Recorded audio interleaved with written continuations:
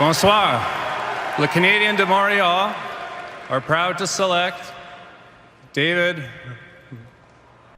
This one was tough to watch. As someone who struggles with names, I was thrown immediately into the soul of Carey Price during this moment when he forgot the name of Montreal's draft pick, David Reinbacher. And you can just tell he feels so bad because this is David's big moment, and obviously Carey messed it up a little bit. Honestly, though, not a big deal, but I feel for Carey. We're going to talk tonight, however, about the rest of the NHL draft. Honestly, no surprise. Connor Bedard, probably the most touted draft pick since Matthews, maybe even McDavid, went first overall. It was unimaginable that anyone else would go first at this point, honestly. Second was Leo Carlsson. I'm not going to pretend to be super familiar with the player. He plays in the Swedish Hockey League. Not something I see a lot of. And definitely the debate between him and Fantilli was a hot one. I've seen Fantilli play. He impressed me. I think Columbus could end up being one of the big winners of this draft, getting him at third. Not to say that he'll be better than the two players picked before him, just that this is such a deep draft. He could end up being a bona fide superstar, and based on his size and physicality, he could make an impact immediately. But I think a pick that a lot of people will be discussing is Matvei Michkov at number 7. Michkov has had a weird draft ranking, largely due to what people call the Russian factor. 2 years ago, he was seen as the likely second overall pick behind Bedard, potentially even challenging Bedard. His KHL numbers have been really good for a draft eligible player, but honestly, the invasion of Ukraine and what people are calling the Russian factor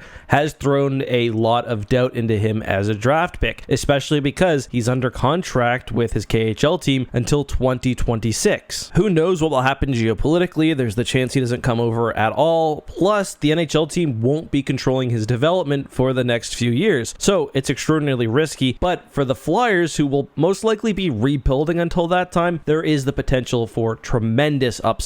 He also showed up at the draft, which I've got to imagine was probably some comfort to Danny Briere and the rest of the Flyers. I've got to say, looking at the draft order before tonight, this screamed like an Arizona Coyotes pick to me. They end up choosing Dmitry Simashev. I mean, the player was stunned here. He's a big defenseman, but he wasn't ranked super highly. I think Habs fans were similarly shocked. That could be why Gary was so surprised at the beginning. Another pick that I've seen a lot of discussion about is Zach Benson, who went at 13th for the Sabres, and what people are saying could be a potential steal. He's a smaller player at 5'10", and it seems pretty likely that that's why he fell out of perhaps top 5, top 10 ranking. That being said, if there's a team he could go to, Buffalo, with their massive players, maybe it'll work. But that's all I've got for today. If you were one of the teams that were in potentially on Michkov but chose to forego him for a more stable pick, what do you think? I look forward to reading all of your comments down below.